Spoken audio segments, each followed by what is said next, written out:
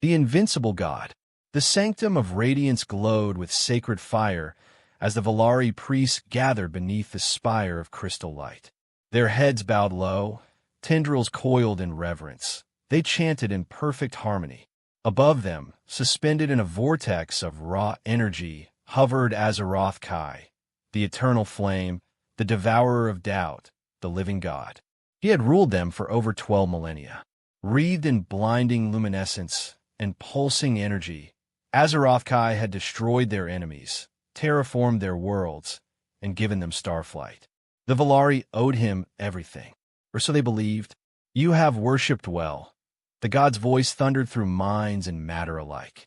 But the galaxy is still impure. The minds of Earthborn think without fear. They must be corrected. A hush fell over the chamber. The word Earth carried weight, not because of its strength, but its defiance. Dozens of emissaries have been sent to Earth across decades. None had returned. Yet Azeroth Kai seemed unconcerned. High Priest Threxel stepped forward, robes lined with starlight. Divine One, the humans are stubborn. They deny all gods, even you. Then they will know me by fire, Azeroth Kai declared. Summon the vessel of obedience. Earth shall be brought to kneel. On Earth, thousands of light years away, a very different meeting was taking place. The World Defense Assembly sat in a dim, secure room beneath Geneva, watching the decrypted transmission over and over. It was short. 17 words burned into every screen. Your defiance has summoned the wrath of divinity. Submit or burn. The eternal flame approaches. General Mbeki leaned forward. Another alien demand for surrender. This one thinks it's a god. No, corrected Dr. Lee One, lead xenopsychologist. This one is different. I've seen this signature before in classified anomaly files. A silence fell. From the shadows, Captain Daniel Reyes emerged. Gray at the temples, cybernetic interface glowing faintly beneath his skin, he looked like a soldier halfway between flesh and machine, and all business. You're referring to the Tartarus event, Reyes said. Lee nodded. Yes. Back when we encountered a being made of consciousness and electromagnetic fields. We survived. Barely. And we learned something, Reyes added. They're not gods. They're parasites. They feed on belief. President Moretti crossed her arms. What are you suggesting, Captain? Reyes looked directly at her. That this god is coming to Earth expecting worship. But we're not going to give him that. We're going to give him war. And I volunteer to deliver the first punch. Far above, in the distant dark, a monstrous ship of living light began slipping through subspace. Azeroth Kai, wrapped in fire and pride, hungered for another civilization's surrender. He had crushed thousands before, but this time he was heading to Earth. And Earth was ready. Contact and cataclysm. The skies above Earth split like wounded glass. On every major continent, civilians stared upward as the stars shimmered and bled strange colors. Clouds twisted in unnatural patterns, forming a spiral that reached into orbit. The fabric of reality strained, and then shattered. Azeroth Kai had arrived.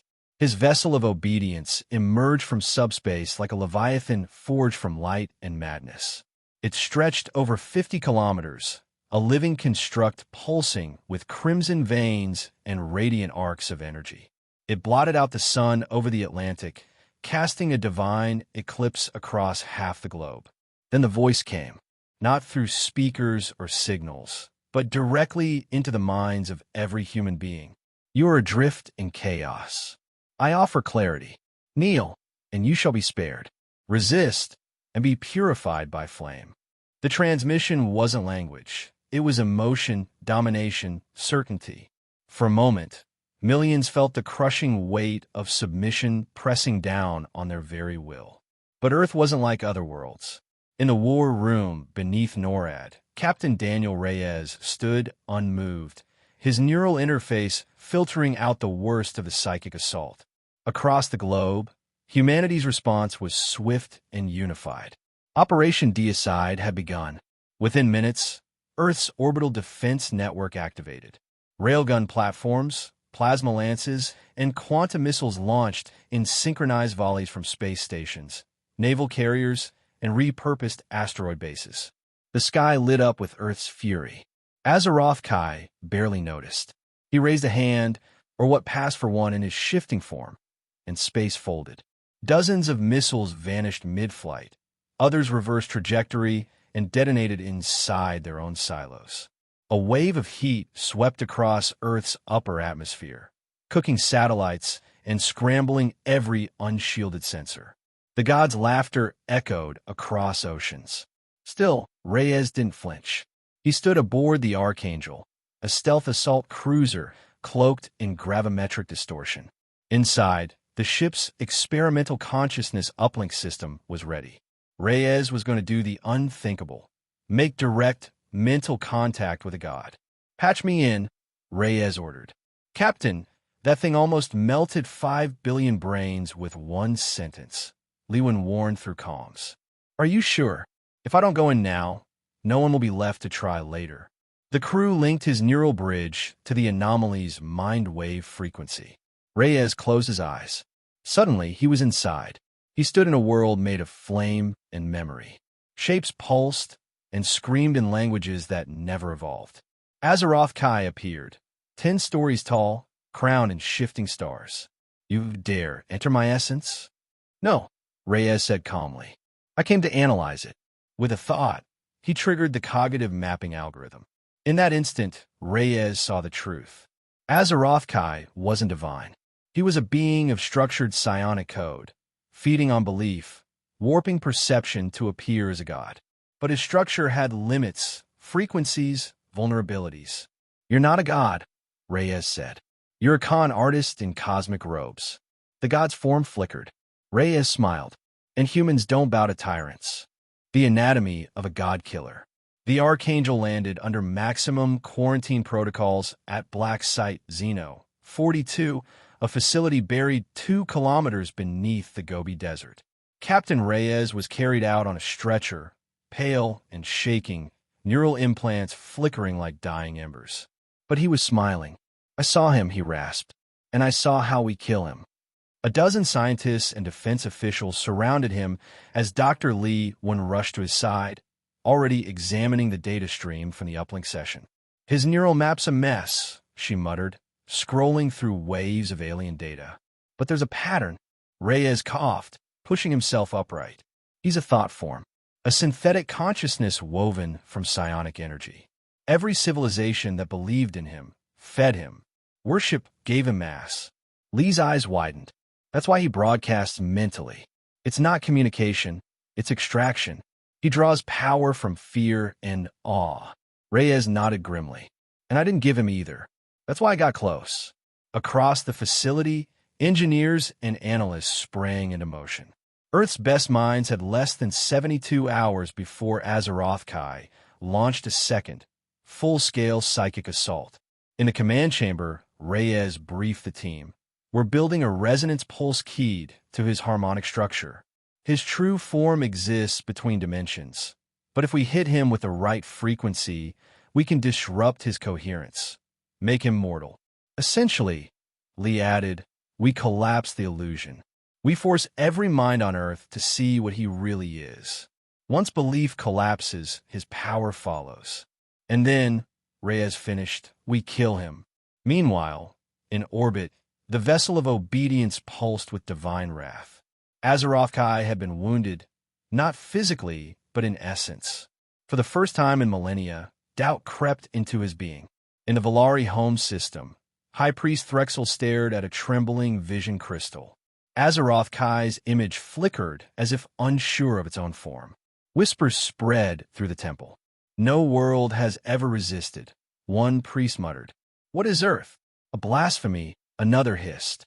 But Threxel wasn't so sure. "Or a test." Back on Earth, Reyes stood inside the resonance chamber, stripped of weapons, clad in a neural mesh suit. He would be the delivery system. His brain had already interfaced with Azeroth Kai once. It was the only mind proven resistant enough to anchor the resonance signal. As technicians locked him into the cradle, Lewin adjusted the final settings. "You understand," she said, "that if this works, You'll be inside his mind again. And this time, he'll fight back. Reyes gave her a lopsided grin. Good. I want round two. The machine powered up, its hum rising into a harmonic scream. Quantum resonance fields locked into place. A beam of pure cognition lanced toward orbit. Target, Azeroth Kai. Inside the living god's core, Reyes appeared again. But this time he wasn't alone. This time he brought clarity. The fall of God. Daniel Reyes stood at the center of an impossible landscape. He was inside Azeroth Kai's mind again. But this time, the illusions didn't work. The god's throne of fire cracked. His celestial crown sputtered. The resonance pulse was working. The god's voice thundered with fury and fear. You dare return, mortal? You cannot resist me twice. I'm not here to resist, Reyes said, eyes glowing with the pulse's energy. I'm here to end you. Azeroth Kai surged forward, a storm of light and screams. Around them, the mindscape twisted into Reyes' worst memories, his dead comrades from the Orion offensive, the burning of Luna Base, the screams of helpless civilians. Azeroth Kai was trying to break him with guilt and pain. But Reyes had lived those horrors. He owned them. You think I haven't walked through hell before? He growled. I carry it with me. The pulse flared, synchronized to Reyes' neural rhythm. All over Earth, people connected to the global psychic net saw the truth. The divine form unraveling, revealing what lay beneath. A mass of shifting tendrils, raw thought flesh, a parasite wrapped in stolen myths and borrowed terror. Not a god, just a mind leech, evolved over eons to mimic divinity. Across the Valari homeworld, priests collapsed in stunned silence as their god's image fractured in their temples. Cries of despair echoed through sanctuaries. Some tore off their robes. Others wept. In orbit, Azeroth Kai screamed, not in rage this time, but terror. You have exposed me, he howled, form flickering between 100 stolen shapes.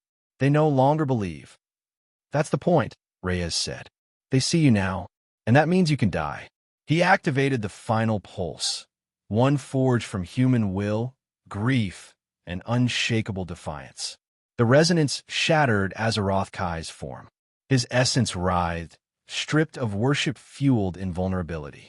The false god shrank, his glowing body twisting in on itself, unraveling like a dying star.